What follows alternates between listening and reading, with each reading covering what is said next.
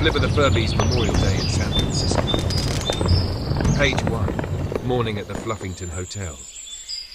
It was a sunny, breezy morning at the Fluffington Hotel in San Francisco.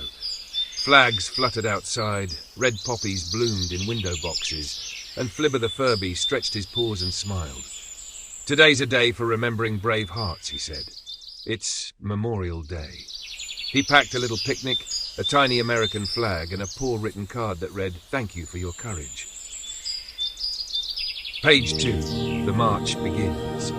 Flibber walked to Civic Center Plaza, where the Memorial Day parade was just beginning. Marching bands played music that made the ground gently thump with rhythm. Furby veterans wore hats with medals and waved to the crowd. Flibber stood with his paw over his heart as a giant flag passed by. "Thank you," he whispered to each brave Furby who marched past. Page 3. A visit to the Presidio Memorial. Later, Flibber hopped on a trolley heading toward the Presidio, a peaceful park where old forts and quiet cemeteries tell stories of the past. He walked quietly through the San Francisco National Cemetery, where little flags fluttered beside every headstone. He placed his card beside one and sat down for a moment of silence. "I didn't know you," he said softly, "but I'm here to say I remember." Page 4. A picnic of gratitude. Near a shady hill overlooking the Golden Gate Bridge, Flibber unwrapped his picnic. Peanut butter acorn toast, a star-shaped cookie, and a bottle of sparkling cloudberry juice.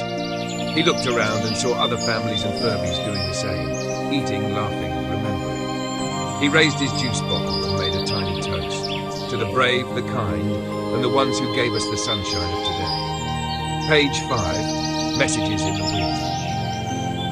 Nearby, a group of young Furbies was writing messages on red, white, and blue paper butterflies. A volunteer said, "Would you like to add a message, little one?" Flibber nodded and wrote, "Thank you for your courage. Because of you, I get to dream big." He watched as the paper butterflies were tied to a string and danced in the wind. Page 6. Sunset at the bridge. As the sun dipped low behind the Golden Gate Bridge, the sky turned red and gold. Flibber sat on a bench with a new friend, a retired pilot Furby named Captain Tumbly. They didn't say much, but it felt just right. Flibber handed him a cookie. Captain Tumbly smiled. "Thanks, kid." Page 7. A day to remember. Back at the Fluffington Hotel that night, Flibber placed his tiny flag on the windowsill and looked up at the stars.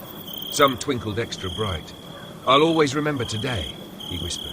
"Not just for picnics and parades, but for love, courage, and all the stories that still shine." The end.